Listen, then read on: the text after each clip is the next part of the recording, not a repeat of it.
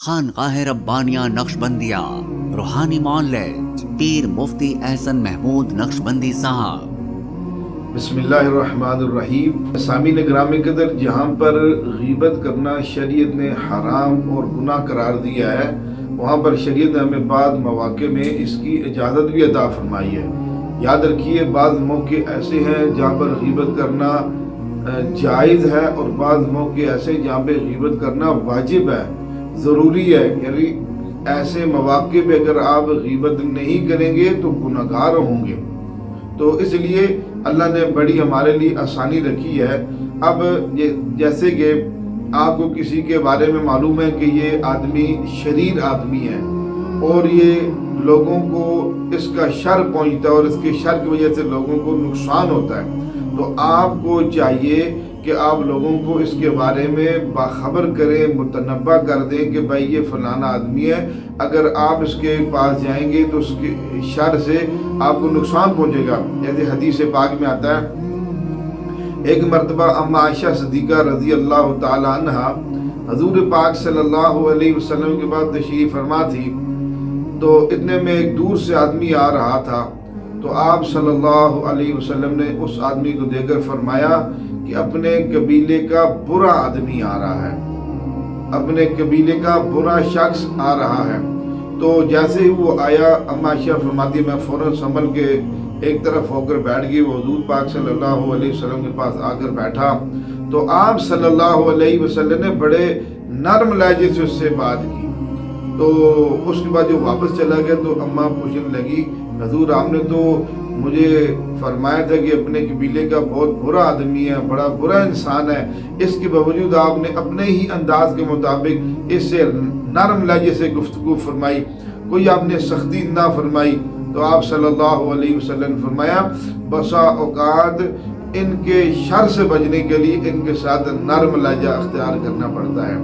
تو اس لیے اب آپ صلی اللہ علیہ وسلم نے ان کے بارے میں بتایا کہ یہ قبیلے کا برا شخص ہے، لیکن اب یہاں پر ہمارے لیے سبق دیا کہ یہ ایسی غیبت جو کسی کے شر سے بچنے کے لیے ہو تو وہ جائز ہوتی ہے۔ اور اسی طرح بعض مواقع ایسے ہوتے ہیں کہ یعنی کوئی آدمی ہے، وہ ہمارے معاشرے میں اس کو دھوکے باز کہا جاتا ہے، فراڈیا کہا جاتا ہے جی، وہ لوگوں کو دھوکہ دیتا ہے، فراڈ کرتا ہے، تو اس کے بارے میں بھی غیبت کرنا جائز ہے کہ آپ پہلے سے لوگوں کو بتا دیں تاکہ اس کے دھوکے میں کوئی پھنس کر نقصان نہ اٹھا لیں۔ یا کوئی ظالم آدمی ہے اور لوگوں کے اوپر ظلم کرتا ہے تو اس کے والے سے بھی غیبت کرنا جائز ہے کہ آپ لوگوں کو بتائیں کہ بھئی یہ ظالم آدمی ہے، یہ ظلم کرے گا، یہ آپ کو نقصان پہنچائے گا، تاکہ آپ اپنے آپ کو سے بچا لیں۔ تو یہ وہ مواقع ہیں جس میں شریعت نے ہمیں اجازت دیا اور اس کی غیبت کو جائز قرار دیا ہے۔ اب آپ ایک مجلس میں بیٹھے ہیں اور آپ کے سامنے یہ پروگرام بن رہا ہے کہ فلانے آدمی کو قتل کرنا ہے، اس کو ختم کرنا ہے، اور آپ کو معلوم ہے، آپ اس آدمی کو جانتے ہیں وہ کون آدمی ہے جس کے قتل کے منصوبے تیار کیے جا رہے ہیں۔ اب اس موقع پہ غیبت کرنا واجب ہے کہ آپ فوراً اس شخص کو اطلاع کریں کہ بھائی اپنے آپ کو بچاؤ، تمہیں فلانے لوگ تمہیں مارنے کی سکیمیں تیار کر رہے ہیں، پروگرام تیار کر رہے ہیں، اسے تم اپنے آپ کو بچاؤ۔ تو اس موقع پہ غیبت کرنا جائز ہے۔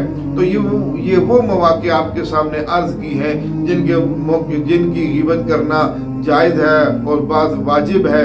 تو اس کے علاوہ ہمارے اندر اس بات کا عزم ہو کہ ہم اس کے علاوہ اللہ کے اس حکم کو پورا کریں، یعنی غیبت سے اپنے آپ کو بچائیں۔ تو اب غیبت سے بچنے کا جو ہے نا، میں 3 طریقے آپ کی خدمت میں عرض کروں گا تاکہ ہم اپنے آپ کو غیبت جیسے عظیم گناہ سے محفوظ رکھیں۔ تو کیسے رکھنا ہے؟ پہلا طریقہ کار یہ ہے کہ فرمایا کہ ہم کسی بھی مجلس میں بیٹھ کر ہم کسی کی تعریف بیان نہ کریں، اس لیے شیطان ہمارا دشمن مبین ہے۔ جب آپ کسی کی تعریف بیان کرنا شروع کر دیں گے تو شیطان دل میں یہ ڈالے گا کہ فوراً آدمی باتوں میں کیا دے گا کہ فلانا آدمی بڑا اچھا ہے، بڑی صفات والا ہے، مگر اس کے اندر یہ گناہ ہے۔ مگر آ کر اس کی پہلی بات پہ سارا پانی پھر گیا اور اس کی جتنی بات وہ ساری گوئی کے غیبت میں بدل گئی۔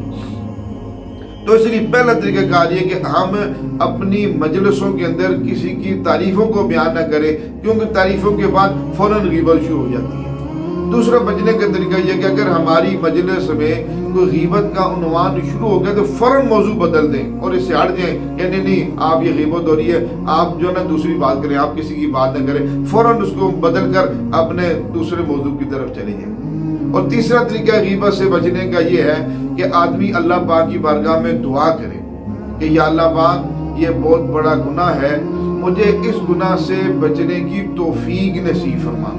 یاد رکھیے کہ انسان اگر کوئی نیکی کرتا ہے تو اللہ پاک کی توفیق سے کرتا ہے، اپنی قدرت سے نہیں کرتا کوئی بھی نیکی۔